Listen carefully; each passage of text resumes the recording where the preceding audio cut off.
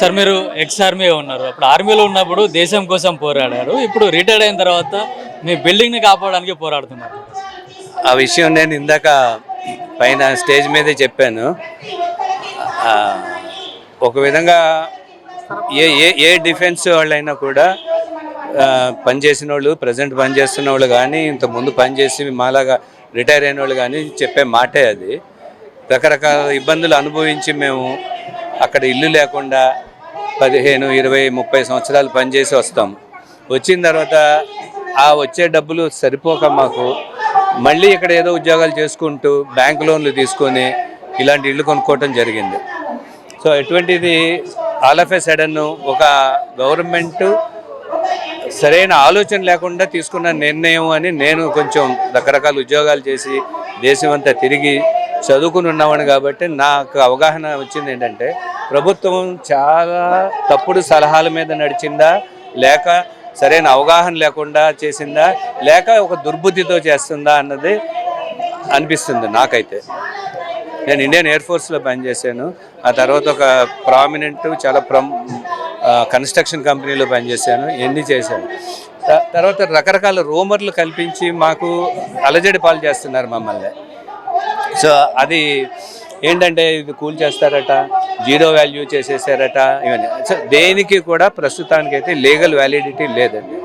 So మేము అందరం కూడా అనుకుంటుంది ఏంటంటే, ఇప్పుడు ఈ అన్ని రకరకాల విజ్ఞప్తులు రకరకాల మీడియాల ద్వారా మేము చేసేది ప్రభుత్వానికి చేరి వాళ్ళు ఒక పునరాలోచన చేసుకుంటే మరీ మంచిది. లేకున్నా కూడా తర్వాత మేము లీగల్గా ప్రొసీడ్ అవటానికి రెడీ అయ్యి ఉన్నాము. అంటే మీకు బయట ఎక్కడ కంపెన్సేషన్ ఇస్తామంటున్నారు, మీకు 60 లక్షలు 70 లక్షలు కూడా కంపెన్సేషన్ ఇచ్చి మిమ్మల్ని అక్కడికి పంపిస్తామంటున్నారు. ఎవరు అన్నారండి? ఏ పేపర్లో వచ్చింది? సీఎం రేవంత్ రెడ్డి చెప్పాడు.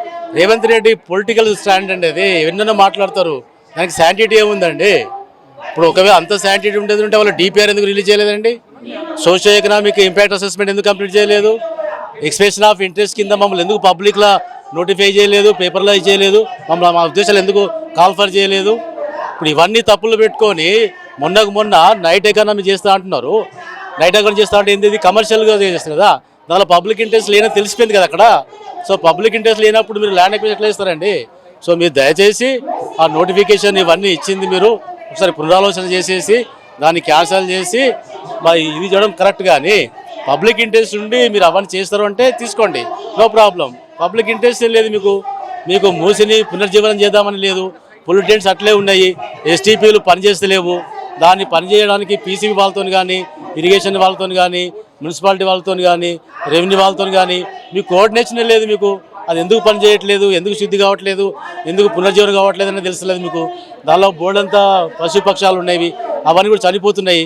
మీరు వాటికి ఏం ఆన్సర్ చేస్తారు? మాకంటే కంపెన్సేషన్ ఇస్తారు అంటున్నారు. ఇప్పుడు చాలా నెమళ్ళు వస్తున్నాయి, వాళ్ళన్నీ వస్తాయి, వాటికి హ్యాబిటేట్ పోతుంది కదా. మీరు దాని గురించి మరి మీరేం మాట్లాడుతున్నారు? సో ఇవన్నీ ఉన్నాయి కదండి మీరు. సో మాకేదో కంపెన్సేషన్ ఒక్కటే కాదు, ఇంకోటి ఇక్కడ ఏంటంటే మాకు మనోభావాలు, మా ఎమోషనల్ ఫీలింగ్స్ ఈ మా ల్యాండ్తోని ఇక్కడ మాకు ఉన్నాయి, కూడితో ఉన్నాయి అవి. కాబట్టి మీరు దయచేసి ఇంకొకసారి మీరు పునరాలోచించి ఆ నోటిఫికేషన్ కూడా మీరు క్యాన్సిల్ చేయగలరని మేము మా అందరి రెసిడెంట్స్ తరఫున, ఎంపీ తరఫున మేము కోరుకుంటున్నాము. మీరు ఇప్పుడు అసలు డిపిఆర్ఏ కాలేదు, ప్రాజెక్ట్ రిపోర్ట్ కూడా రెడీ కాలేదు, ఏం వర్క్ కూడా స్టార్ట్ కాలేదు. అప్పుడే 1200 కోట్లు పెంపు కోసం కూడా ప్రతిపాదనలు పంపించారు గవర్నమెంట్. సార్ ఇవన్నీ కూడా ప్రతిపాదనలు ఉంటాయి కానీ అవి పేపర్ మీద ఉంటాయి. అవి ఎంతవరకు మెటీరియలైజ్ అయిపోతాయి? ఈ ప్రాజెక్టు నిజంగా కూడా మెటీరియలైజ్ కావాలంటే ఫస్ట్ ఆ మురికి పొల్యూటెంట్లు అవన్నీ కూడా క్లీన్ చేయాలి. దానికి చాలా టైం పడుతుంది. ఇప్పటికి 2 సంవత్సరాలు అయిపోయింది. ఆ ఎస్టీపీలే పనిచేస్తలేవు, ఇప్పుడు అవే చేస్తలేరు. దాని తర్వాత ఇది మన గోదావరి నీళ్ళు 3 టీఎంసీలు నింపాలి. టీఎంసీలు ఎప్పటి నుంచి రావాలి? ఇక్కడ హైదరాబాద్ వాసులకు తాగునీరే లేదు. దానికి తగ్గట్టు ఇక్కడ 3 టీఎంసీలు తీసుకొచ్చేసి గోదావరి నీళ్ళు తీసుకొచ్చేసి రిజర్వాయర్ కట్టేసి దానికి నైట్ ఎకానమీ చేస్తా అంటే దానిలో పబ్లిక్ ఇంట్రెస్ట్ లేదు కదా. అది అర్థమవుతుంది. మీరు నైట్ ఎకానమీ అన్నప్పుడే పబ్లిక్ ఇంట్రెస్ట్ లేదు. మీరు ప్రైవేట్ పబ్లిక్ పార్ట్నర్షిప్లో మీరు ఇండస్ట్రియల్ వాళ్ళకి కానీ ఇన్ఫ్రా వాళ్ళకి ఇచ్చి మీరు దానిలో మరి మీరు ఏ విధంగా లాభపడతాం అనుకుంటున్నారు, మాకు ఏ విధంగా లాభం చేకూరుస్తూ ఉంటున్నారో అర్థం కావట్లేదు. మాకేంటంటే కంపెన్సేషన్ అనేది మీరు ల్యాండ్ ఎక్స్చేంజ్ ప్రకారంగా ఇస్తారు కదా, మీరు మాకు ఎక్స్ట్రా ఇవ్వడానికి ఏమి ఉండదు కదా. అంది 10,017 స్ట్రక్చర్లు పోతుంది దీనిలో. మీరు చెప్పిన 55 కిలోమీటర్ల మూసి పరివాహక ప్రాంతాల నిర్వాసితులు అందరూ సో అంతమందికి మీరు ఎట్లా ఇవ్వగలుగుతారు? మీ దగ్గర ఉన్న లోటు బడ్జెట్కు ఎట్లా చేస్తారు? పైగా మీరేంది ఇప్పుడు జీసీసీ అని చెప్పేసి మీరు అన్నీ కూడా కంప్యూటర్కి చెప్పేసి సెమీ కండక్టర్ ఇండస్ట్రీ కూడా హెడ్ హౌస్లో ఉంటున్నారు. మామూలుగా జీవనానికి సరిపోయే నీళ్ళే లేవంటే మీరు సెమీ కండక్టర్ ఇండస్ట్రీస్ని మీరు ఒక పక్క మీరు ఎంకరేజ్ చేస్తూ ఉన్నారు. దానికి సరిపడా మనకు వాటరే లేదు. మనకి వాటర్ కన్జంప్షన్ చాలా అవుతుంది సెమీ కండక్టర్ ఇండస్ట్రీకి. ఫారిన్ కంట్రీస్ వాళ్ళు, ఆఫ్రికన్ కంట్రీస్లో వాళ్ళు ఏర్పాటు చేసేసుకొని వాళ్ళ దేశాన్ని వాళ్ళు ఎన్విరాన్మెంటల్గా క్లియర్ చేసుకుంటున్నారు. మన వాళ్ళు సెమీ కండక్టర్ ఇండస్ట్రీ మనం హైదరాబాద్ తీసుకొచ్చేసి ఇంకా పొల్యూట్ చేయాలని చూస్తున్నారు. ఇది కూడా మీరు ఒకసారి ఆలోచించాలి. ఈ గాంధీ సరోవర్ ప్రాజెక్టు వయబిలిటీ అవుతుందా లేదా? మీకున్న ఎన్జిటి కేసులు ఎన్ని ఉన్నాయి? మీకున్న ఎన్విరాన్మెంటల్ కేసులు ఎన్ని ఉన్నాయి? ఈ క్లియరెన్స్లని వచ్చిన తర్వాత మీరు ఎక్స్ప్రెషన్ ఆఫ్ ఇంట్రెస్ట్ కింద పబ్లిక్ని పిలిచి మా ఒపీనియన్ తీసేసుకొని మీరు అప్పుడు ఈ నోటిఫికేషన్ ఇచ్చేది ఉండే. మీరు హడావుడిగా డిపిఆర్ లేకుండా, ఎకానమిక్ ఎన్విరాన్మెంటల్ అసెస్మెంట్ లేకుండా మీరు హడావుడిగా ఈ నోటిఫికేషన్ ఇచ్చేసి మీరు, నాకైతే ఇది తొందరపాటు చర్య అనిపిస్తుంది. దీనికి నిదర్శనం కూడా మీరు ఖమ్మంలో కానీ, వెల్మెట్లో కానీ, హైదరాబాద్ యూనివర్సిటీలో కానీ, వేరే వేరే ప్రాంతాల్లో కూడా మీరు తొందరపాటుతనంగా చేసినవి మళ్ళీ వెనుక తీసుకునేవి కూడా చాలా అవి హిస్టారికల్గా కూడా ప్రూవ్ అయినాయి. సో ఇది కూడా అదే నంబర్లోకి వెళ్ళిపోయి అట్లనే ప్రూవ్ అవుతుందని చెప్పి మేము ఆశిస్తున్నాము. రేవంత్ రెడ్డి గారికి మీరు ముఖంగా మేము కోరుకునేది ఏంటంటే ఒక్కసారి ఆ నోటిఫికేషన్ని పునరాలోచించి దానికి తగినట్టుగా మీరు ఏర్పాటు చేయగలని మేము ఆశిస్తున్నాం. మేడం, ఓవైపు డిపిఆర్ లేదంటున్నారు, 5,000 కోట్లని గతంలో అన్నారు. ఇప్పుడు దాన్ని ఇంకో 1,200 కోట్లు పెట్టి 6,200 కోట్లు అంటున్నారు. అసలు మొదలుగానే ప్రాజెక్ట్కే వాళ్ళు ఇట్లా రేట్లు పెంచుకుంటూ పోతున్నారు. కోట్లు అంటే ఏదైనా మార్చి కోట్లు అనుకుంటున్నారా అండి? తిరగా వచ్చడానికి లాండ్రీకి వెళ్ళి తెచ్చుకుంటాను చేశానడానికి కోట్ల రూపాయలండి. అంటే మా సొమ్ము, అంటే పబ్లిక్ సొమ్ము. అదంతా మీ సొంతంగా ఏమైనా మీరు ఓన్గా మీ పాకెట్ నుంచి తీసి ఖర్చు పెట్టినారా? కాదు కదా సార్, ఇదంతా పబ్లిక్ మనీ. అక్కడ సబర్మతిలోనే ఇప్పుడు ఒక వెళ్ళొచ్చిన వాళ్ళు చెప్తున్నారు, అనవసరంగా అక్కడ కూడా కట్టారు, చాలా మనీ వేసిస్తారు అక్కడ. అలాంటిది ఇక్కడ కూడా రావడానికి ఏం అవసరం ఉంది? గాంధీ ప్రిన్సిపల్స్ మీరు పాటించడానికి ట్రై చేయండి. గాంధీ విగ్రహం కడితే మాత్రం ఏమీ రాదు. మీరు బ్యూటిఫికేషన్ చేద్దాం అనుకుంటున్నారు. బీయింగ్ హైదరాబాదీ, నాకు హైదరాబాద్ని చాలా మంచిగా చూడాలని ఇష్టము. చాలా పిచ్చి కొన్ని ఏరియాస్ అస్సలు బాగలేవు. సింపుల్గా మా అపార్ట్మెంట్ ముందే మీరు చూడొచ్చు, రోడ్ అస్సలు బాగలేదు, చాలా యాక్సిడెంట్స్ అవుతుంటాయి. అలాంటివి ఏమైనా ట్రై చేయండి సార్. హాస్పిటల్స్కి ట్రై చేయండి, విద్యాసంస్థలకి ట్రై చేయండి. అలాంటిది ఇన్ని కోట్ల అమౌంట్ పెట్టి చేస్తాను అనేది ఎంతవరకు న్యాయం సార్? చెప్పండి. అంటే ఓవైపు నా దగ్గర డబ్బులు లేవని చెప్తూనే ఇన్ని వేల కోట్ల కోసం ప్రాజెక్టు రెడీ చేస్తున్నారు. మొన్ననే అన్నారు కదా ఒక మీటింగ్లో, నా దగ్గర రూపాయి లేదు, నన్ను వెళ్తుంటే బిచ్చగాళ్ళలాగా చూస్తున్నారు, నన్ను ఎక్కడ ఏం అడుక్కుంటానా అని చెప్పి. నీ దగ్గర డబ్బులే లేనప్పుడు ఎందుకు సార్ ఇలాంటి అనవసరమైన ఖర్చు? చెప్పండి. సో మీరు కొంచెం రీథింక్ చేయండి. మీరు ఏం చేస్తున్నారో, ఏం చేయాలనుకుంటున్నారో, ఏం చేస్తే మన హైదరాబాద్ బాగుపడుతుందా అనేది. మీరు ఎందుకు లీడర్ అయ్యారు? ఎంతో కష్టపడ్డారు కదా మీరు. ఎంత కష్టపడి ఉంటే మీరు సీఎం పోస్ట్కి వచ్చి ఉంటారు. అలాంటిది సింపుల్గా మీ మీద నమ్మకం పోతోంది మెల్లమెల్లగా. మీరంటే కూడా ఒక కైండ్ ఆఫ్ ఏంటి ఇంత మనిషి ఇంత మనీ వేస్ట్ చేస్తున్నాడు, చాలా మంచి థాట్ ఉన్న మనిషి కదా, ఇలాంటి స్టెప్ ఎందుకు తీసుకుంటున్నారని కూడా మిమ్మల్ని చూస్తే జాలి కూడా వేస్తుంది సార్ పక్కన నుంచి. అంటే ఓవైపు హైదరాబాద్లో పొల్యూషన్ పెరుగుతుంది అంటున్నారు. ఈ చుట్టుపక్కల ప్రాంతాల్లో చాలా చెట్లు, కొంతవరకు అడవి కూడా ఉంది. అంటే ఇదన్నీ తీసేస్తే ఇంకా పొల్యూషన్ కూడా ఎక్కువ అయ్యే అవకాశం కూడా ఉంది కదా సార్. అడవి అని మీరే చెప్తున్నారు కదా, వెనకాల మా జస్ట్ అపార్ట్మెంట్ వెనకాల మంచి చిన్న బ్యూటిఫుల్ ఫారెస్ట్ లాగా ఉంటుంది.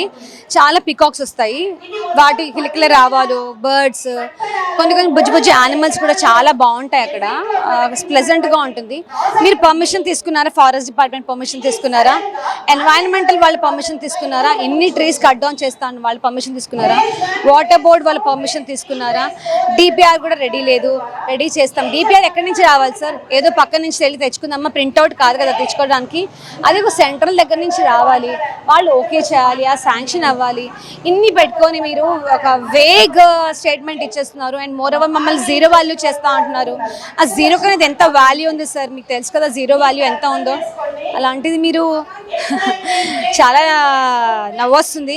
మీ సొంత కాంగ్రెస్ డిపార్ట్మెంటే మాకు కాంగ్రెస్ గవర్నమెంటే మాకు ఏం చెప్పింది, మాకు ఓకే అని శాంక్షన్ చేసింది.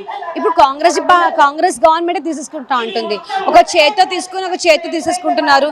ఇది చిన్నపిల్లల బొమ్మలాట కాదు సార్, ఇది మేము కట్టుకున్న కళ్ళ ప్రపంచం.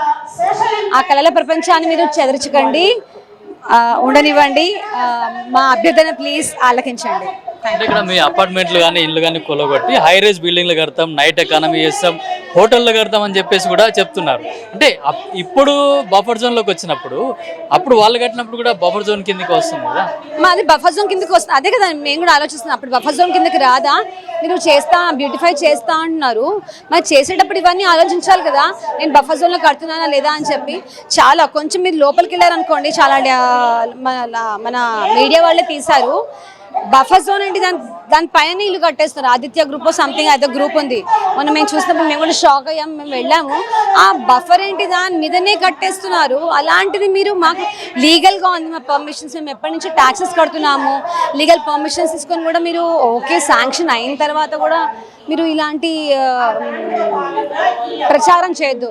ఇప్పటికే మా ఇక్కడ చాలామంది నివసిస్తున్నారు, లైక్ లేబర్ కానీ, పాలు పోసేవాళ్ళు కానీ, ఐరన్ చేసేవాళ్ళు కానీ, వీళ్ళందరూ అడుగుతున్నారమ్మా ఇక్కడ లేకపోతే మేము ఎక్కడికి వెళ్ళిపోవాలని అడుగుతున్నారు. చిన్నపిల్లలకి బెడ్ టైమ్ స్టోరీస్, మంచి మంచి స్టోరీస్ చెప్పి పడుకోబెట్టే వాళ్ళము, ఇప్పుడు రేవంత్ అన్న స్టోరీస్ చెప్పాల్సి వస్తుంది. చాలా నవ్వు వస్తుంది. వాళ్ళు అడిగే ప్రశ్నలకి బాధ వేస్తుంది పిల్లలు. అమ్మ మనం ఉండట్లేదా ఇక్కడ, వెళ్ళిపోతున్నామా, రేవంత్ సార్ ఎందుకమ్మా ఇలా చేస్తున్నారు అంటే ఏం చెప్పాలన్నా. నిన్న అసెంబ్లీలో మీరు ఏం చెప్పారు, ఆడదానికి కంట తడి పెట్టకూడదు, మంచిది కాదు అని. అలాంటిది మీరే కంట తడి పెడుతున్నారన్నా, మరి ఎవరికి చెప్పుకోవాలి? అంటే ఫైనల్గా మీరు గవర్నమెంట్ కానీ సీఎం రేవంత్ రెడ్డి కానీ మీరు ఏం డిమాండ్ చేస్తారు? మేము డిమాండ్ ఏం చేయట్లేదండి, మేమున్న హౌస్ని మమ్మల్ని ఉండనివ్వండి.